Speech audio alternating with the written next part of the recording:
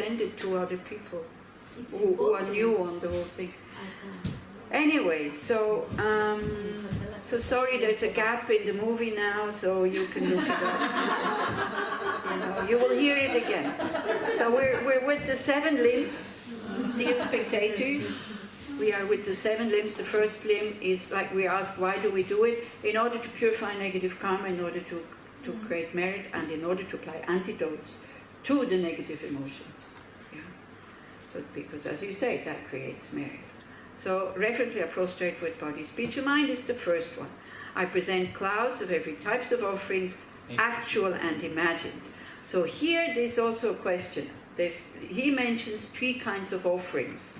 He's making like 2 pages full of, so beautiful the way he offers the whole universe, and he offers this, and he offers that, and he offers like 5-star wellness hotels.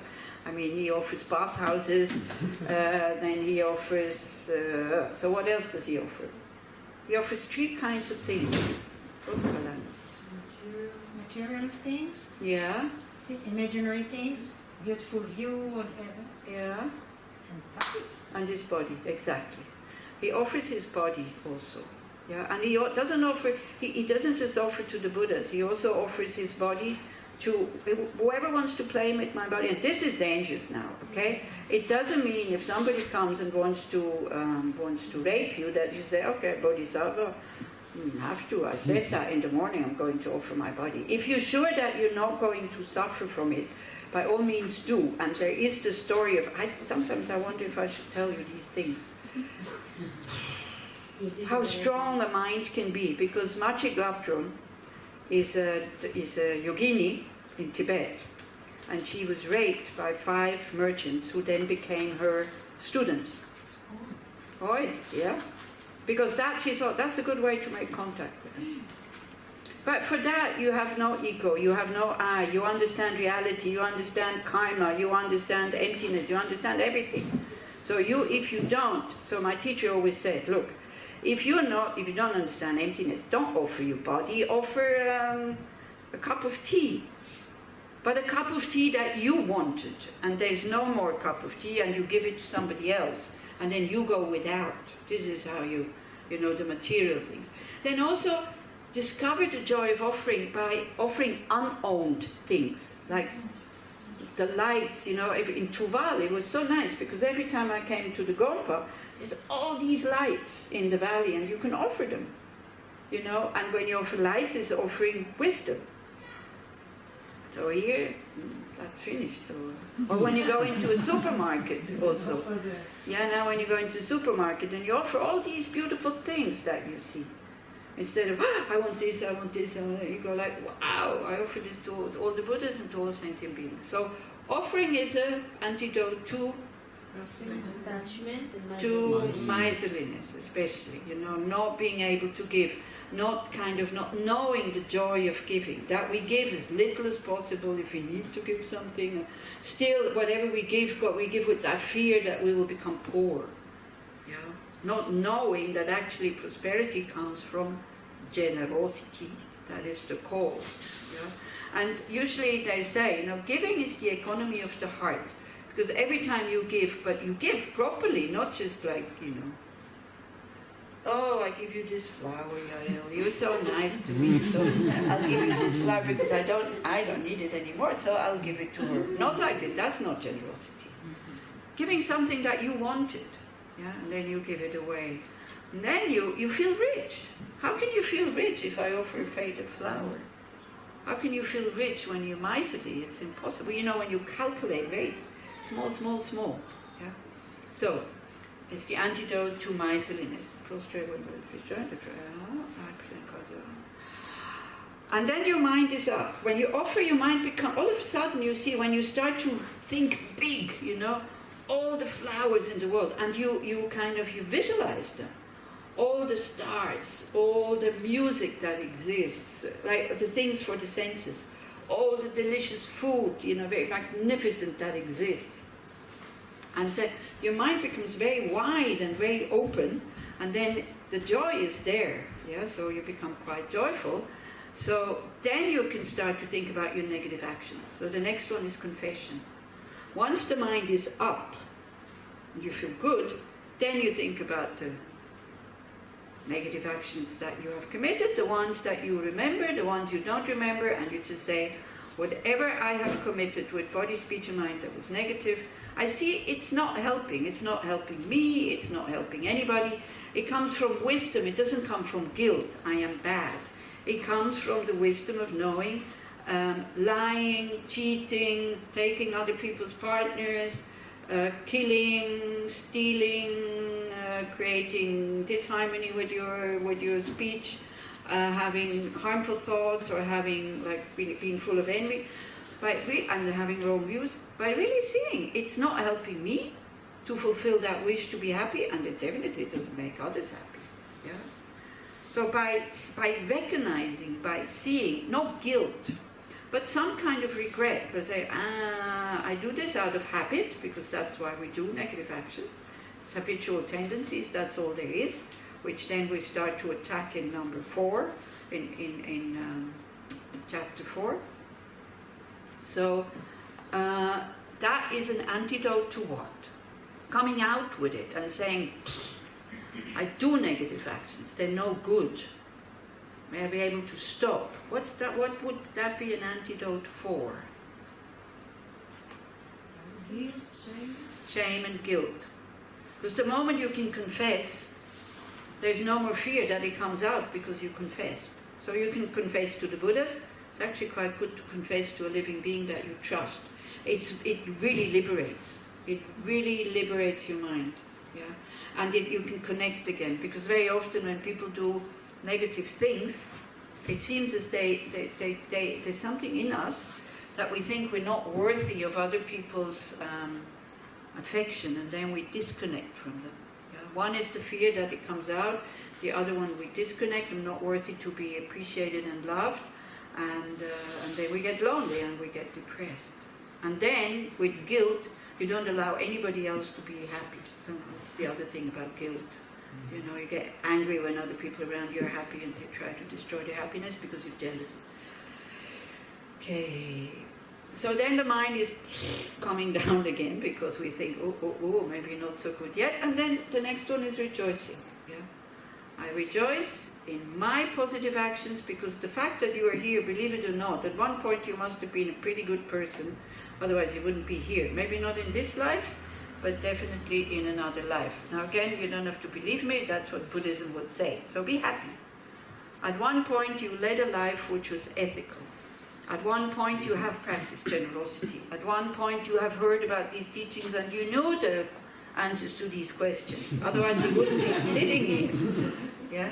Otherwise nothing would have woken up in your mindset, no kind of the conditions that this is happening would not have woken up an interest to come here. Even if you haven't been in the first ones, and it doesn't matter if you haven't been in the first ones. Most of the people in the West start practicing in the middle of something. You know, because if you wait until the program starts again, you wait 3 years and by then you lost your interest. So it's okay, you know, you start in the middle and then you understand something and then nothing and then something and nothing. And if you want to continue, you go to the courses and all of a sudden it starts to fall into place. So not to worry. Just to hear these things, you know, just to not to run away is like so valuable, it's amazing. Just to hear that this is possible, to have a mind which can be free from all suffering. Amazing. From all negativities, you can be totally free. A mind who uninterruptedly, effortlessly thinks about how to benefit of others without becoming obsessive. You know, the Dalai Lama is not running around being obsessed when he sees you. How can I help you? How can I help you? How can I help you? By his presence, he's helping others. If you look, I mean, you know, the whole is whenever he's teaching, the halls of 8,000 people, 10,000 people, in very shortly, it's kind of totally booked out. You go to Dharamsala, you think that you can go late and still find a place. Well, forget about it. Yeah, it's full all the time. Full when he's teaching. Why? Because he's waking something up in people and they come out like very inspired. Also when he says things that, you know, that I also say. When I say them, people go like, When he says the same things, everybody goes, Because why? Because he has realized these things, because he's living it. That's why he's able to touch you on a very subtle level. Okay, so we rejoice about the good thing we've done in the past. Otherwise we wouldn't have a human body, otherwise we wouldn't have interest in the Dharma, otherwise we wouldn't meet the Dharma teachings, otherwise we wouldn't have a group where we can learn, and so on and so forth. Okay, so we rejoice in our own merit, and also in the positive energy of everybody else who is here, everybody, all the Buddhas who have finished the path, all the Bodhisattvas who are almost finishing the path, all our masters, and so forth. And that's an antidote to jealousy, which eats you up. You know, jealousy is such a loser emotion. It doesn't take anything away from the other person, and you cannot enjoy anything, even the things you have. At least, you know, anger, the people get afraid of you, they go. Attachment, you become very clever, how do I get this thing? Whereas jealousy and depression also, it's such loser emotions. It like doesn't do any good. No point.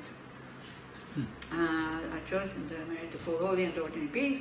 And then we have to request, again, because otherwise the Buddhists don't teach. The Buddhists don't go around and say, hey, hello, I have found something. I want to teach you, you need to request. So we request them to have a long life, not to pass into parinirvana, meaning not to disappear, and to continuously teach the Dharma. All of this is in chapter 3 actually then, because chapter 2 is only until the confession, I think. Yeah. And chapter 3 starts with rejoicing, then asking them to teach, not to pass into, not to pass away, but to reappear again and again and again in human form, so that we can make contact with them. And so that's an antidote to what? Ignorance. Huh? Ignorance. What? Ignorance?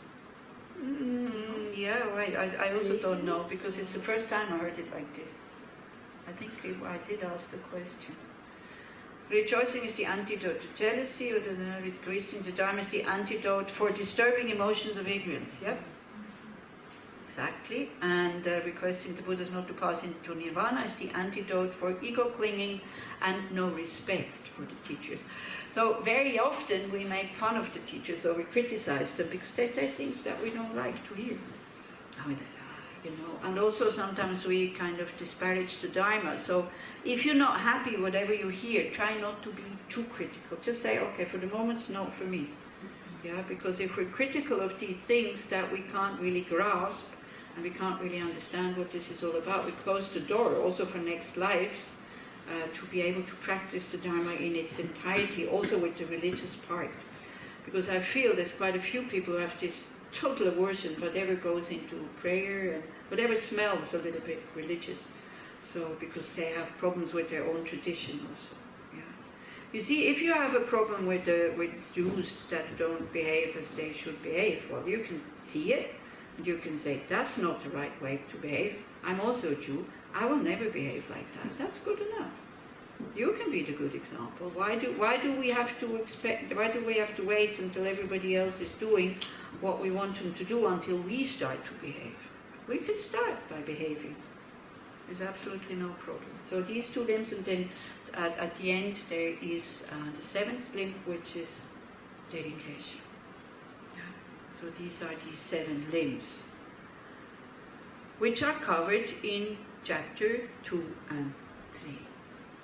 Okay, so anyway, now is break, 6 o'clock. So thank you very much for listening.